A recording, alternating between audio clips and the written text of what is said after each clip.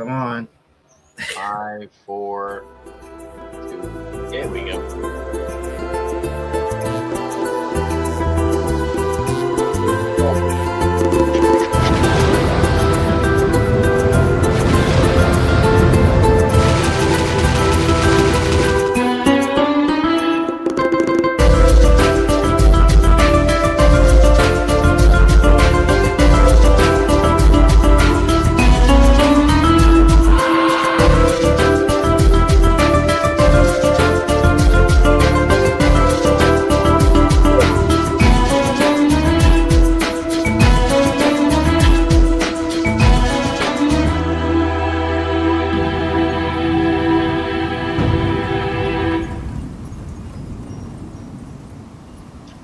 Well, hello, everybody, and welcome to another edition of the 86th Movie Review Show. I'm your host, Halloween Jack, and that guy over there is Johnny Vintage, and I'm not going to make any jokes about being on the bottom, don't worry. But down there is another one of your hosts who's muted, by the way, Frankie B. And you're still muted. He hasn't said nothing yet. No, he's trying to say something. No, he's right. I just haven't said anything yet. Yeah. Oh, yeah, okay. We'll leave it at that. Tonight, a very interesting pick, and from what I understand, it's a pick because of Easter, and it was Johnny Vintage's turn to pick this time. So I'm going to ask you, Johnny V, why this one, besides Easter? Besides Easter. Well, I have to give credit to my one of my best friends, Andy's. More than a friend, he's kind of like my brother. I just, don't have any blood brothers or sisters, and he's as close as I'll ever get. I actually asked him to be on, but he didn't get off work until 7 tonight. And I said, even if we started an hour later, he said, that'd be pretty tight for him. So, but shout out to Andy. He introduced me to this film. I had to think back. It's probably been 27 or so years when I first got introduced to Harvey. And, I really liked it. And it's been a long time since I've rewatched it. So I rewatched it today and still love it. So you're saying that long ago, where was the first place you saw it? Was it tape, DVD? Yeah, we I believe we rented it from Blockbuster. Oh my gosh. VHS, yeah. Wow. Well, I got you beat. How many years did you say it was? I think it was 27 years ago I first saw it. All right. Well, the first and only time I saw this was 54 years ago. Oh, got me beat. What are you insinuating something down here, Frank? Well, I was like probably. I wasn't Yeah, even born it was yet. I was. I think it was 1972, and once again, it was like a family gathering around the TV because they used to play this, if I remember right, around the holidays too, almost like It's a Wonderful Life. I mean, it wasn't as prolific. Hey, Dr. Ed's with us. Dr. Ed. Hey, Doc. I like what he's showing. Yeah, I mean, it wasn't as prolific, or they didn't show it as often as like It's a Wonderful Life. But I mean, this has a lot of similarities to that, which we'll get into. So, Frankie, when's the first time you saw this? Oh God, I was. Don't tell me this afternoon. I don't No. Oh gosh, no. I definitely was a younger person when I saw this, at least in my early teens, because like Johnny mentioned before, it was also my first play that I witnessed or watched. It was a school production or whatever. I didn't know where we were going. My sister was working the stage crew, probably because some boy she liked or something that was in the play. But the play was just fantastic, and the story, and just like laughed, and the whole invisible rabbit thing just had me going. But watching this movie tonight, it reminded me a lot of that play, the first time seeing that, and I remember some of the lines and stuff, and wow, it was just another great rollback. So it'll be fun. Now, let me ask you: when you guys saw the plays, did they ever actually show the rabbit in any of the plays? No, Johnny, no. At the I remember this because at the curtain call, when the whole cast was up there after they all did their bows, they had somebody in a rabbit suit standing on a chair waving. It might have been my sister. Because from what I understand, I mean, this was a first a Broadway play back in 1944 and ran like very successfully. Actually won a Pulitzer Prize for many years. And I think there was one instance where they decided to show the rabbit, and they said that it was like disastrous, like the crowd booed and everything, because it was the whole idea behind the rabbit not being seen or anything like that. So they're all supposed to pretend that other people don't see. There we go. There it is. It doesn't look like Yoko.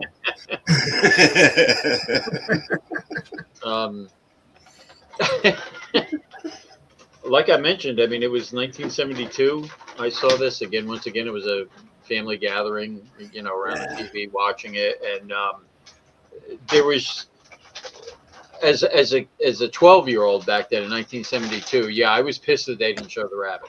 I wanted to see the rabbit, but I didn't. I liked it. Looking at this, gosh, and I can't believe I'm saying this 54 years later. You can understand why they didn't. And that's really the whole significance of this. Great cast. Of course, I love Jimmy Stewart. We saw him, we did the Rear Window thing. And like I said, It's a Wonderful Life. Again, to me, this has that small town feel of It's a Wonderful Life. It wasn't produced by the same people, but it almost had, a lot of that in there. You had him... what's his name? I'm sorry. Wallace Ford, who played the cab driver, was actually in the original Freaks back in 1932. He was also like in a couple of the Mummy movies. He was such a great actor, and to me, he was so underrated. Just for the small part he had in this, I mean, he was great. I mean, Jesse White, the one who played the guy from the I hate to call it an insane asylum, the asylum, whatever.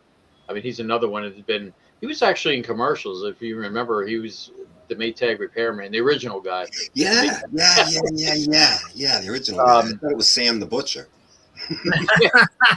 Yeah, later on he was, and so was what's his name, Gordon Jump from KRP in Cincinnati. That was one of his early commercials too. The Maytag. So that gosh,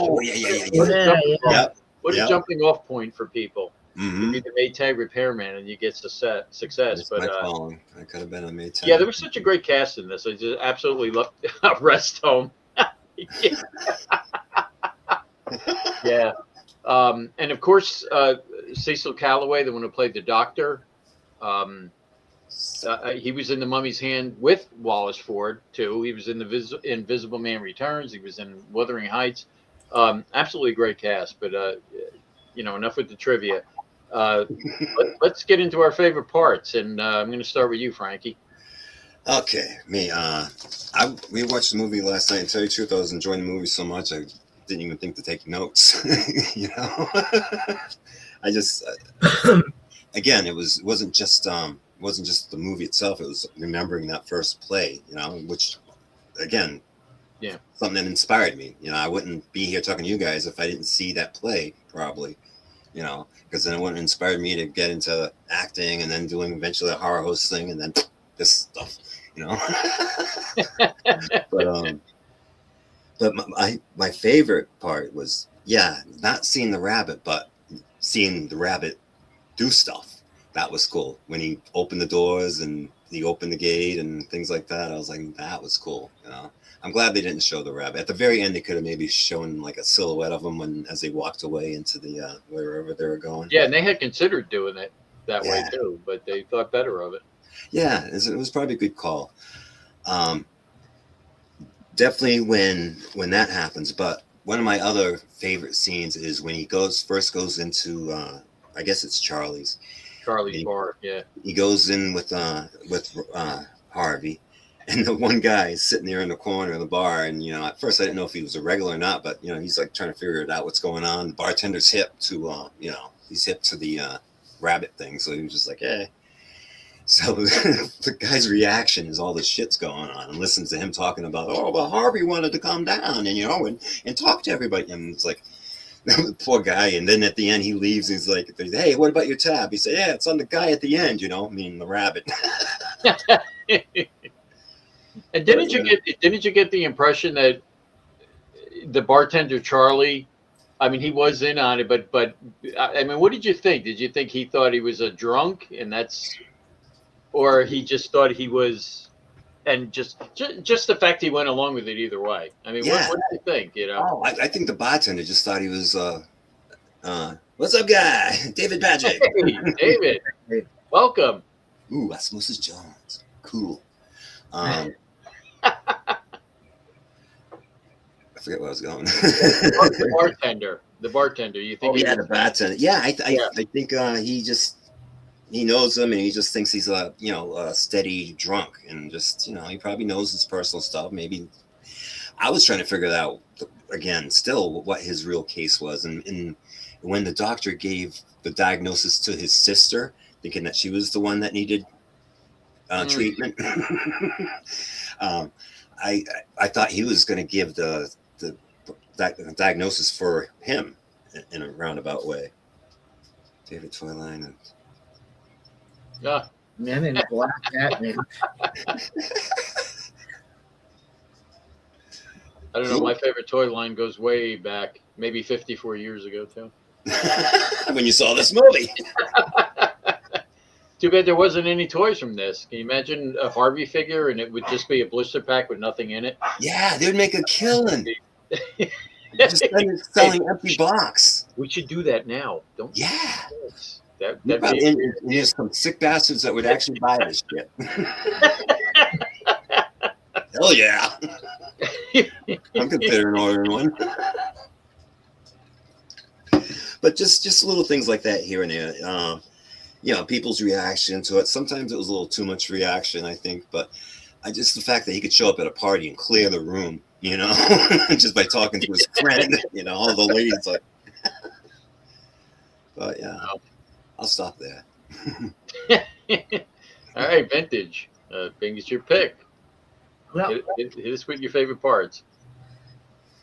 Well, I'm going to first give an overall favorite part about this movie is how it makes you feel. By the time you watch this movie, you cannot help but feel good. Yeah. And like Jimmy Stewart throughout the whole movie. It just, I mean, what can you say? I mean, it's just so enjoyable and it's such a good feeling. And, but let me see what I wrote down. Let me put some reading glasses on here. Like you got a red light on you tonight? Well, actually, I do, but I had to put the other light on so I can read the notes. So you can read. But Jack's got some color there tonight. I'm sorry, I'm pointing this way, but I'm actually pointing to Jack. Yeah. What's on your shirt? Is that Breaking Bad? Yeah. I figured. Do you see what mine says? I don't know if you can read it.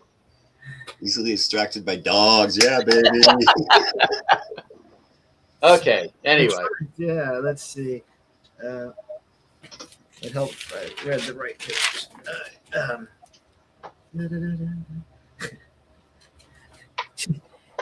Jimmy Stewart gets the letter from the post guy, and then he just rips it up and throws it on the ground.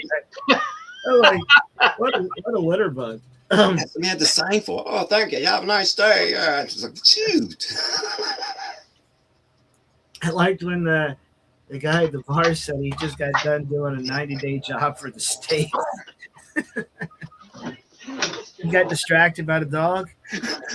I knew it was coming because he's like, son. Yeah. I'm sorry. Yeah.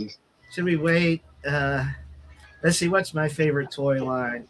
Growing up, I mean, I was a big Star Wars fan. Yeah. But I had Old Joes. I like Micronauts. I like Shogun Warriors. Yeah, I was just easily distracted by a dog. So yeah. I will get back to. Considering this is a film about Invisible Rabbit, did you notice the song the opera singer or whatever was singing at the party? Yes. It's about a rabbit. Hop, hop, hop, hibbity hop. Hibbity hop. Can you imagine, that's people did those things back in the day. I can't picture having tea parties like that today, but I mean, tea parties maybe. yeah, different type of teas. Oh, when Jimmy Stewart pulled the book in the library, I was half expecting the fireplace to rise up. Yeah, and Kato and Green Hornet to come out. Yeah. Let's see. I liked when I think it was the judge says, "Well, I'll be swizzled." Yes, I love that line. Well, swizzled means a whole different thing later on in life. You know, swizzled like swizzle stick. You know. Oh yeah, Yeah. You're scaring me for a minute because I said, "Oh, I love swizzle." What does it mean? No, not that kind of swizzle. And I like when the bartender told the one guy, says, "One more peep out of you, Weisenheimer, and I'll buddy your necktie." Butter your necktie. Or, Yeah. Yeah. He didn't have a necktie; it was in a t-shirt. But anyway, Went to test out that Maytag. Can you get butter out of a tie? And I'm instead of referring to the Jersey Devil as getting sloshed, I'm going to do it as he's spiffed. Spiffed. That was the word that Jimmy Stewart was talking about. His friend, he had mixed his two liquors and he was spiffed. Spiffed. Yeah. JD's spiffed. There were a lot of martinis in this movie, weren't there? Wait a minute. What? You're jumping ahead. You're getting to my favorite part. Well, then, yeah. That's why I didn't mention martini. Right. What do you think my favorite part of this film was? I don't know, maybe Actually, I'm going to save some of the other stuff for closing thoughts because I just really yeah.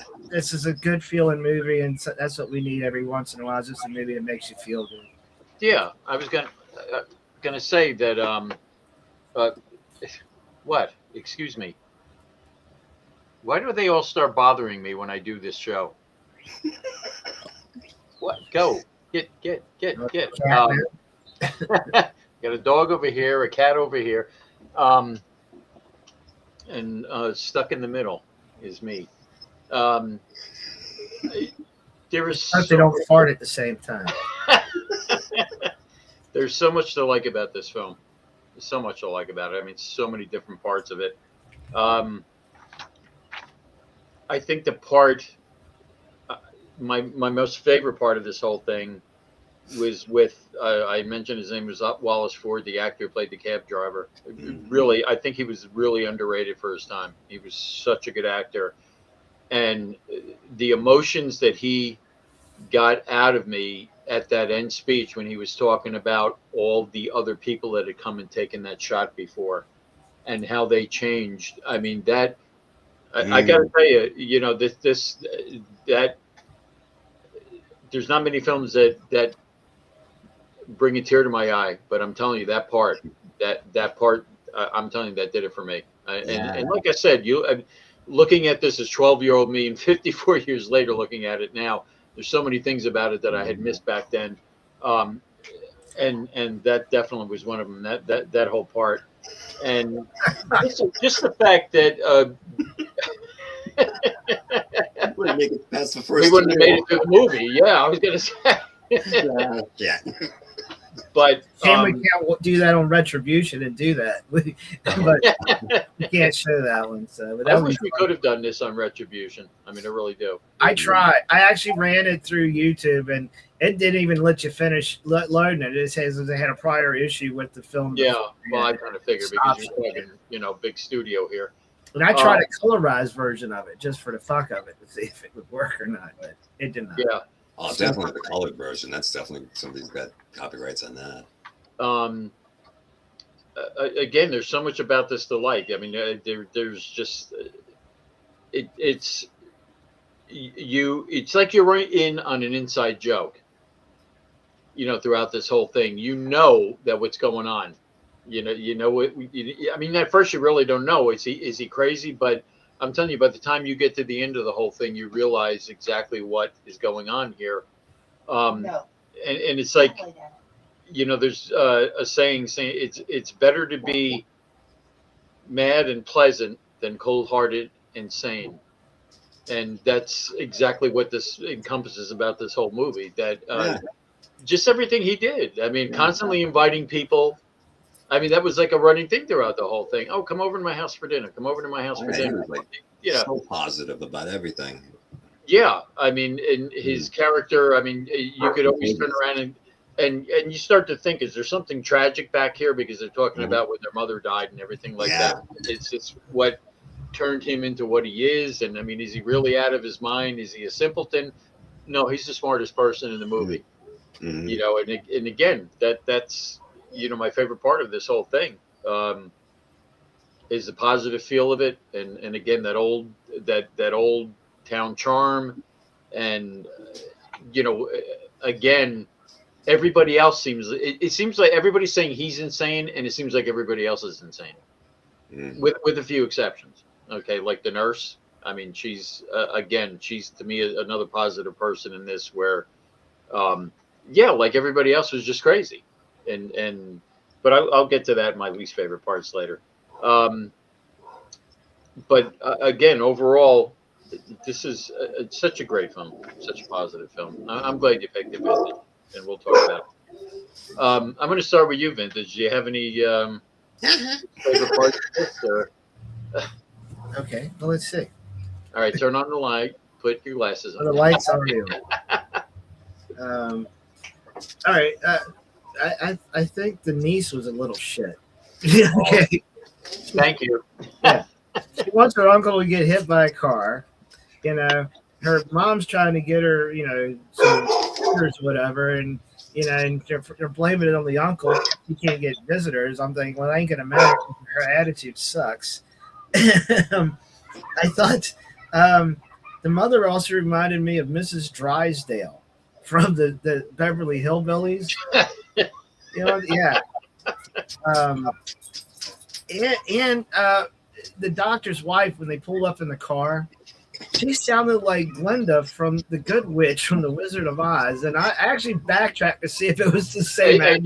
You know, you're right, because I was kind of half listening, and when I heard the voice, I was like, "Wait a minute, I know that voice from somewhere." Oh, look, we have a special guest. All the pets are involved in the 86 tonight. Yeah, well, I almost had a special guest, but I chased him off. I let him come back. Come here. I'm sorry. He's let's see here. Also, Myrtle, she went right after the dude from the insane asylum. Like was hot and heavy. Is like, yeah, she's either desperate and horny. This time. I mean, and by the end of the movie, it's like they're in a relationship. I'm like, well, how the hell did that happen so fast? I mean, we want to write the Maytag together. Bang, bang, bang.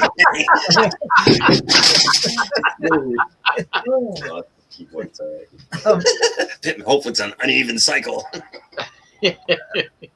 I also thought the young doctor was kind of a jerk, but I appreciate his dedication to his job, staying there. Even though he got fired, he was going to stay to the end of the day to I guess the other doctor got back. And that takes real dedication, because if I got fired, I'd be out. I'd be like, all right, peace. Yeah, no doubt. When I come back, you're fired. I'm sorry. And like I said, I don't really have any other bitches. There's some other cool stuff here. I'll get into towards the closing, because I'll usually say everything and they have nothing at the end. But yeah, I don't really have any dislikes. This is a good movie. You can nitpick things if you really want to try to find something bad, but there's really nothing really bad other than some little over the top acting here and there, you know. Yeah. Frank, is your set falling apart? Is that? Yeah. A little tremor. Shit. Any dislikes? Yeah, about. Good. Yeah, are you ready for me? That's okay. I pretty much gotta agree. Yes, that's right, Doctor. Yes. You nailed it. That's right. You're absolutely right. Yeah. Love is all you need. I have the same kind of gripes as Johnny V. Is I wasn't happy the fact that, I mean, they were all great performers and stuff like that. The older woman, she reminded me of Miss Braum from Are You Being Served?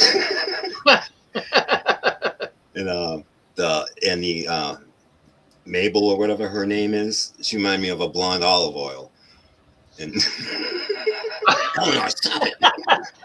Yes. They can hear us saying that. So stop But, it. Thing. You know, this Cartoon olive oil or Shelley Duvall? No. Kelly Duvall, yes, Yes. totally. I mean, but it was a good part. But yeah, you're right. She was like just horned out and stuff like that. The mother's trying to get her laid and all this crap. It's like, come on. And I didn't like the doctor in the beginning, and just the turn. I mean, just his attitude, like you said, overacting. But I can't remember the character in the play, because I would love to be able to take a time thing and go back and watch that Zach play performance again, because I just loved it. But I didn't like the way that he was so mean to her, to Miss Kelly, and she was just a sweet person. And of course, she recognized Elwood's the kind, positive, loving nature, and she was affected by it. You know, she was like, "Oh my goodness, this person's like how everybody should be." But that's what I didn't like. I just didn't like the way they were so easy. I mean, they came to live with him after their mother died. And so they come and live with him. He's crazy. They can't have a party because he ruins it. And so they haven't committed. That's sucky. No matter how funny they are, they suck for doing that. Yeah. That's my only gripe. But that's nothing against the only gripe about the performance would be the doctor. I didn't like the way he was really over the top, jerky to the nurse.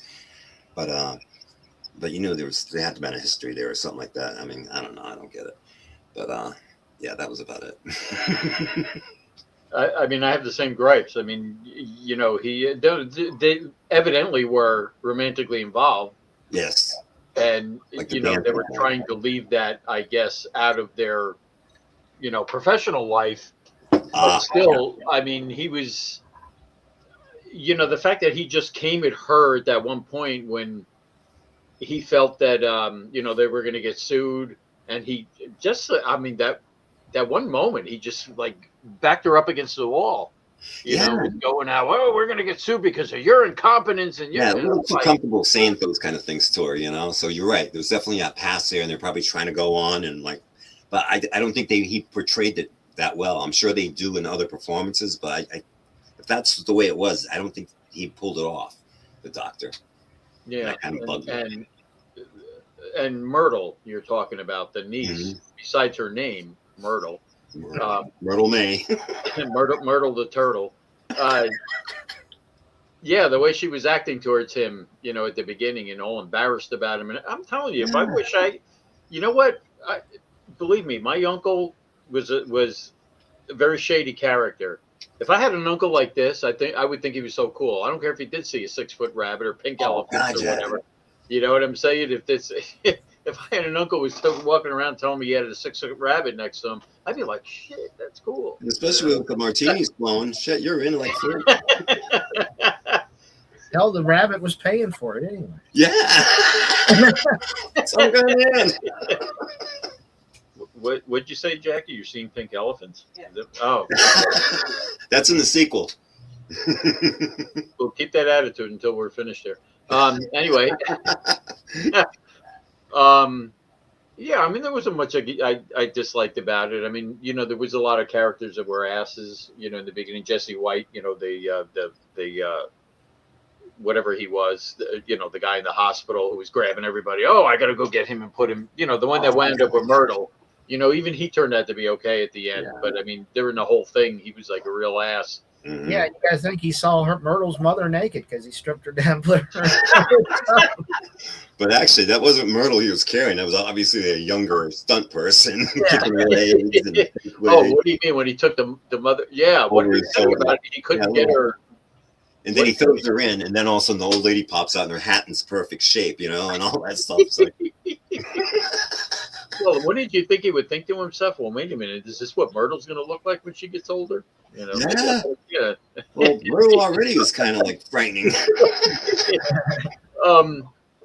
No, I mean, I can't think there's much that I disliked about that. Like I said, I just think the whole idea of the, as Doc put it, the rest home. Yes. I mean, it gave a bad impression. You know what I'm saying about. and I understand that's supposed to be the whole rub of the whole thing is that that they wound up taking Elmwood's sister instead of him. It's almost like that Three's Company kind of thing. It's always that misunderstanding thing and everything like that.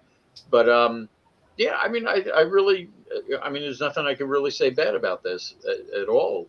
Again, Myrtle was a biatch, of course, but then even, and I think that they do that on purpose. I'm sure they did that with Myrtle and then the guy she wound up with and everything, because you look at the end and Elmwood gives, what did he say? What a nice couple. It gives them their blessing, even after, I mean, I don't know if he knew. I mean, and oh, be quiet. We have enough critics here. That was your dog?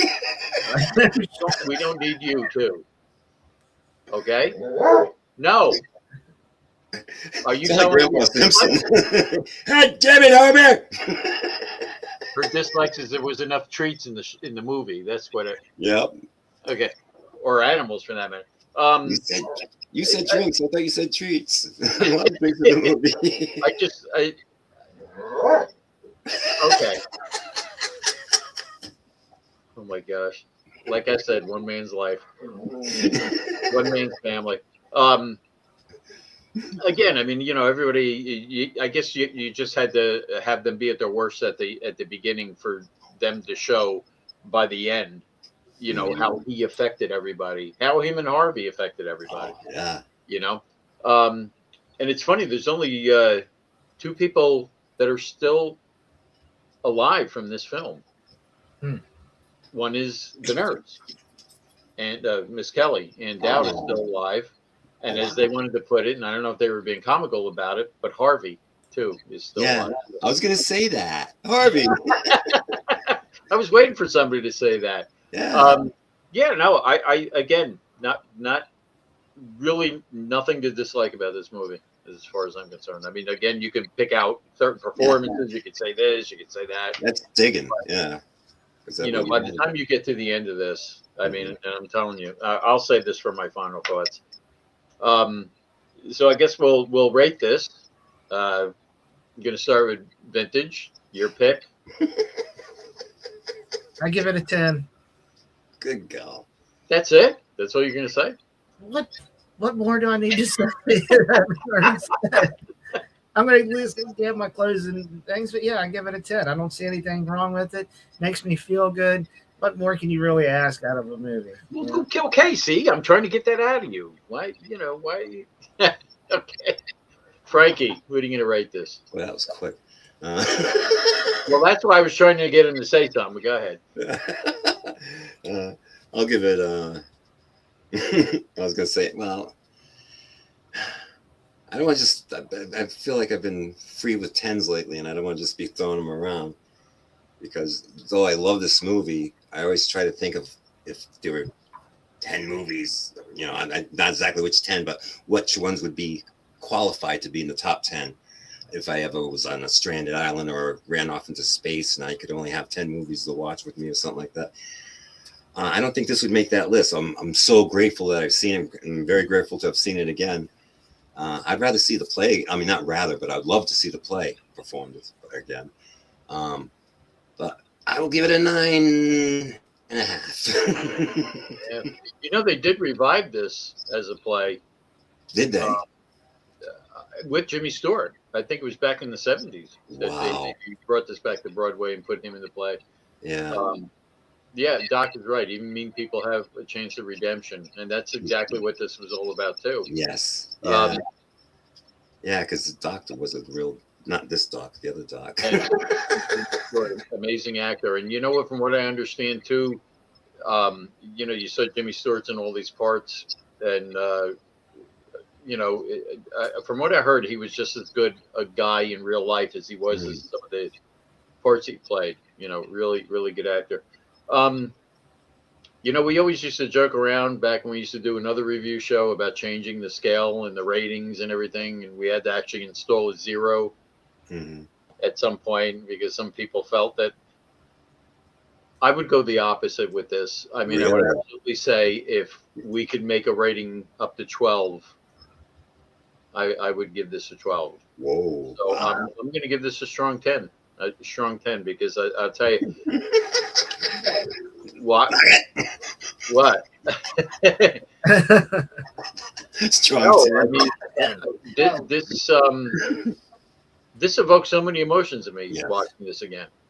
And again, like I said, things that I didn't realize about it being 12 years old when I first saw it up to now. I mean, it's and I'm not kidding. I mean, that end point when the taxi driver was talking about that, and then the sister finally realized, no, I don't want him to be like that. I don't want him to be normal because normal sucks, basically, is what she's trying to say. And that how positive he was and how positive he tried to make it.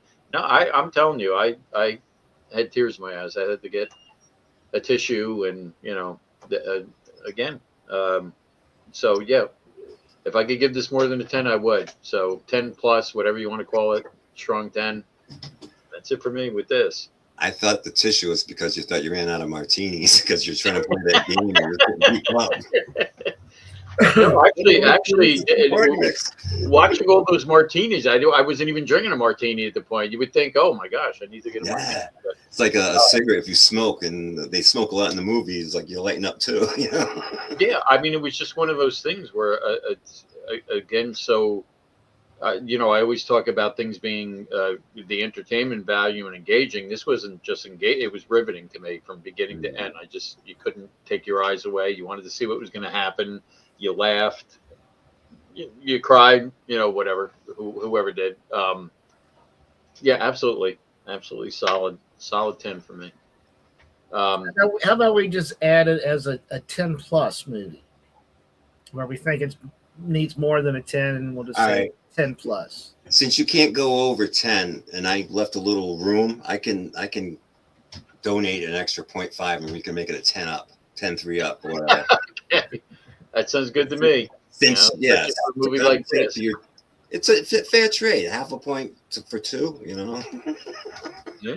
Okay. It's like worthy. Jimmy Jimmy the Gong Show. It's like Remember the Gong Show, and they do. yeah. People, the perfect score would be 3 10s, and so yeah, perfect. Awesome. I wish we could show the Gong Show episodes. Oh, hey, the Gong Show movie. Or the movie, yeah, with I Sam love that Rockwell. Yeah. I really like that movie. All right, so we're gonna get final thoughts here. Vintage, you saved it up. What do you got? Okay. You gotta love Jimmy Stewart. He's main character in the film, carries the film, makes you believe there's a rabbit that's standing next to him. With the little winks and the head nods and the little elbows and the opening of the doors, and I don't know. It makes you feel warm and fuzzy inside just watching this. But I loved when he was in the alleyway talking to the doctor and the nurse. He said a few things. He says one point where he goes in the place and he says he enters as strangers and soon we have friends. He's friendly to everybody. Then he says there's a little bit of envy in the best of us. That's too bad, isn't it? And that hit places. Yeah. Yeah, I forgot about that part. I liked, and there's a part where he also says that Harvey can stop clocks. Right? Did you catch? And time, it says time and space and any objections. He's overcome time, space, and any objections. I thought it was a weird thing to throw in there, right? I mean, quantum physics and shit like that. Yeah. But and then Jimmy, there's one thing he says. Before I forget, I should have put this in favorite parts when the mother's emptying out her purse and putting all the things, and there's a spoon. I'm like, oh shit, she does heroin. I was afraid what was going to end up on that table. When she was like, right? Throw something down, starts vibrating. Because they talked about sex in the movie and striptease, and I was like, from 1950. I was like, wow. And Jimmy Stewart made his one line, and he says, "For years, I was smart." He says, "I recommend Pleasant." right? And this film's a gem. If you're in a bad mood, pop it in, or pop it in. You can tell I'm old. Stream it somewhere. Stream it up. Yeah, just because I'm a VHS copy, pop it in anyway. So let me of recommend that because I tried to stream it and they wanted $50 for it. Well, but anyway, I recommend that everybody watch it. If you see it on TV, watch it. If you haven't seen it, at least once. Yeah. Yeah. Final thoughts, Frank? Yeah. All right, I won't say that. Jeez. yeah. You warned me. Okay. No, you're right. It's a type of movie. If you're flipping channels and it's playing on a live stream somewhere, you stop and you finish it till it's over. You don't just let's see. You rather it's at the beginning or the last 5 minutes. It's that great of a experience. I was trying to figure out what his issue was. Not that it really mattered, but like didn't know if maybe they were trying to. The writer kind of knew, and he was kind of like giving us hints or not. But was he just a functional, steady alcoholic or drunk? Martini drunk, and he just maintained that comfortable buzz. Throughout the day to deal and get through. Was it because obviously he had grief? He's probably already kind of special. I mean, he still lives with a mother and things like that, but incredibly brilliant. Yeah, he's probably, if he was a real character, he probably was somebody that was probably autistic or well, like a super mind, because he was a brilliant. It was almost like he, I don't, maybe like a Forrest Gump, but I don't know. There's somebody else like that was really, really brilliant. And, but eventually I realized it didn't matter. It didn't matter. Whether he was a drunk or whether he was had brain damage or had a disease or a challenge or anything like that, because the final outcome was he was just a beautiful person. The way he looked at life and everything, and the way he looked at other people, and he got into some deep stuff. And you guys digging that stuff up, fortunately, just reminded me how deep some of the things in this movie. Very well written, but very well performed by Mr. Stewart and a few others. I have a little gripes with the Doctor's performance in the beginning, but it doesn't matter. Again, there's even mean people, like Doc said. There's a chance, a second chance to do better. And I think the fact that he inspired people. I mean, I want to believe that he's got a rabbit running around with him. He just. I wish I knew more people like that in real life. Gene Dean, the dancing machine.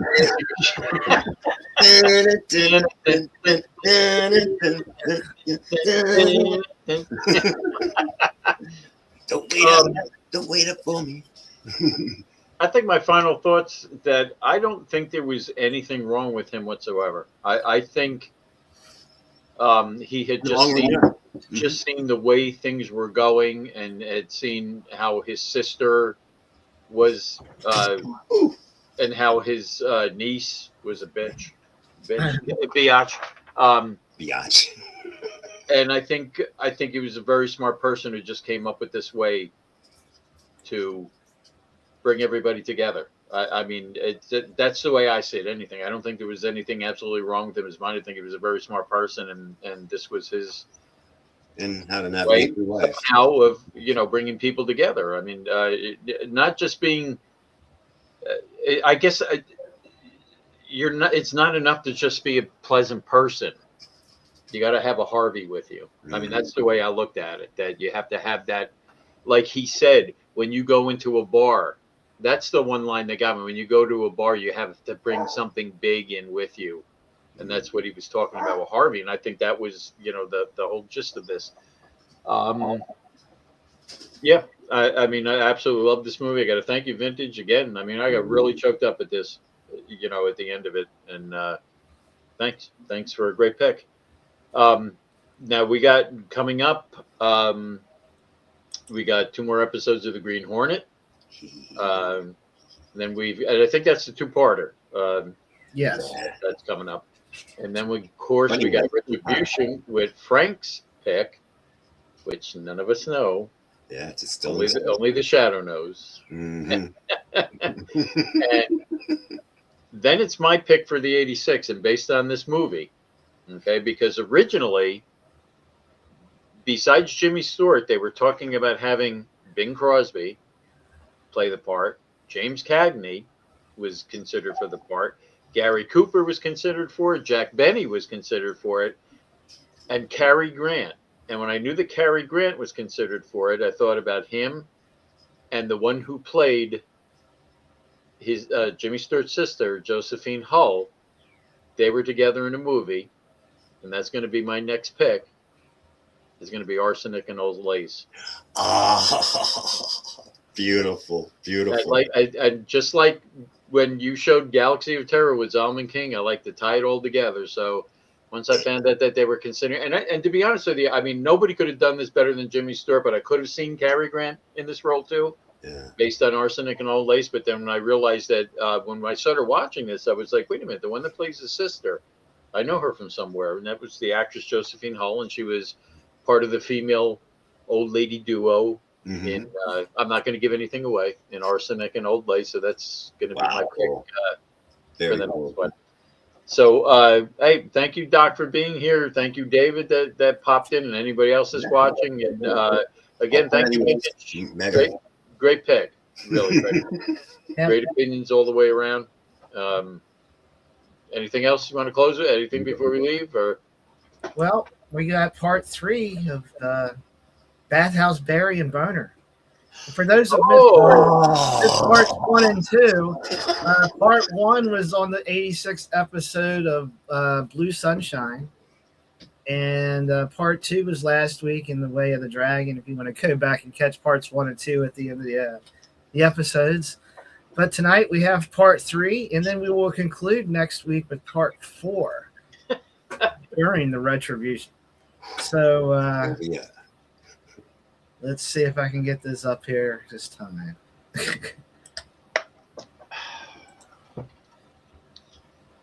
Yes, excellent movie. So, Barry, what brings you to the office today? Well, Doc, I just keep having these run-ins with these former friends of mine, these pathetic people, and it just give me all kinds of issues. Your former friends, are those the ones you used to do the show with? Yeah, that's them. Them scumbag pieces of crap. Well, why do you feel that way? Well, they just do me wrong and they keep mocking me, belittling me, thinking that I'm wrong. They're the ones that are wrong. I'm the one in the right. Well, didn't you get that guy's show cancelled? Yeah, he deserved it. Why did you do that? Well, he sent me this video where it went over our childhood and all the things we used to do together, and then he brought up, well, what's the point? What was the point of ending our friendship or not talking?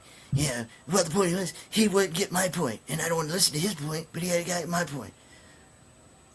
And you were friends for a long time.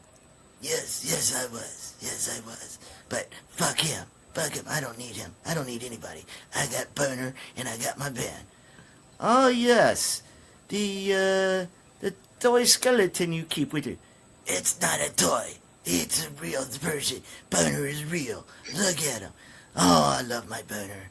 I wouldn't go anywhere without my Boner. Right. And your band? How did you meet them? I met them at Dollar Tree. Dollar Tree? Yeah. When I was picking up supplies. What supplies? Poster board and markers. Uh-huh. Are these band members real people? They are real. They are real. I know them. I see them in my head. They are absolutely real. Right. And you making music now again, right? Yes, I'm doing my own thing, showing my creativity. Right. You writing lots of songs? Well, I put in a prompt into the computer and tell it like I want. Like, I want a heavy metal Star Wars theme, and then it'll spit it out. It is awesome. I am brilliant. Right, right. So let me get this straight. Have a bond with people that aren't real, and you write music, but not really. It is done for you by computer. Is that correct? Shut up. Don't you belittle me. I am just trying to get to the bottom of this. That is all. You came to me for help, remember? Remember? This is not your first visit here. I keep forgetting. And I remember why I don't come back, because you just piss me off. That is not my job, sir. I am just trying to help you, Barry. I just trying to help you. You need lots of help. Maybe, but screw that.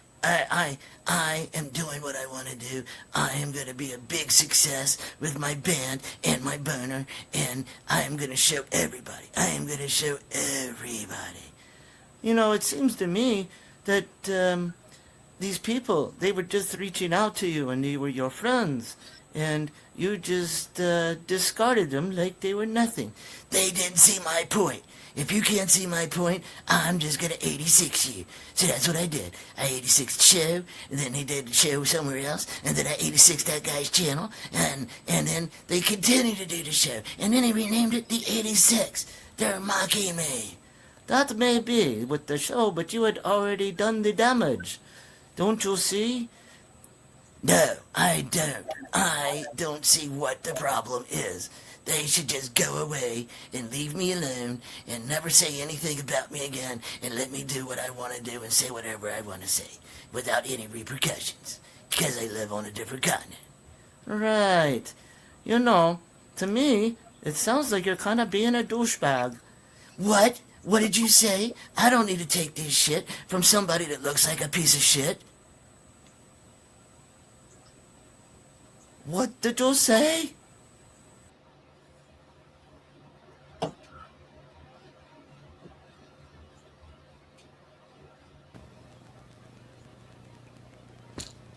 Barry, you need to learn the consequences of your actions.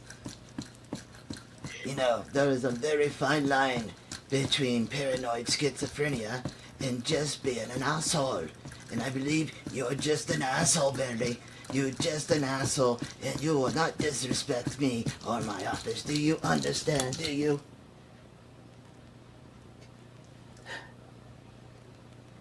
I'm sorry you had to see that. Pay the receptionist on the way out, Barry. Douchebag.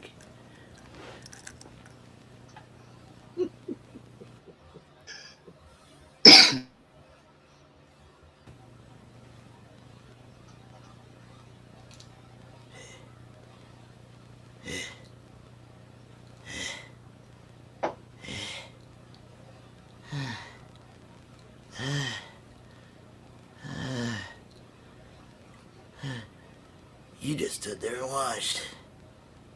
Could have helped you now. You know there's a reason I quit coming to this guy.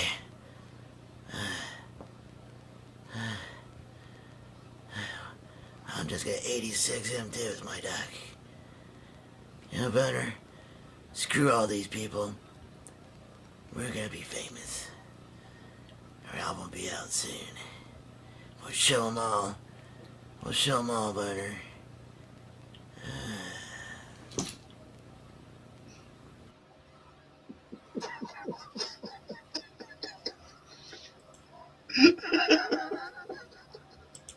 Jeez. So, join us next week.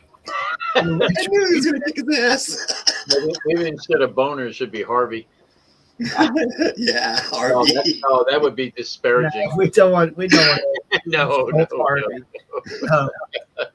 So yeah, catch us next week for the Retribution and Frank's mystery movie, as well as the conclusion of Bathhouse Barry and Boner, Episode 1, Part 4. And don't forget the Green Hornet on Tuesday with the two-parter, The Living Corpse. That's very good. Two really cool episodes, by the way. Can't wait to see that. All right. Well, thank you everybody for tuning in. Anybody who was watching live, It's dead. Anybody who's going to continue to watch after this. We'll be seeing you Tuesday with the Green Hornet Watch Along. So on behalf of Frankie B, Johnny Vintage, I'm Halloween Jack. Thank you, everybody. We love you. Peace out. Peace out, everybody.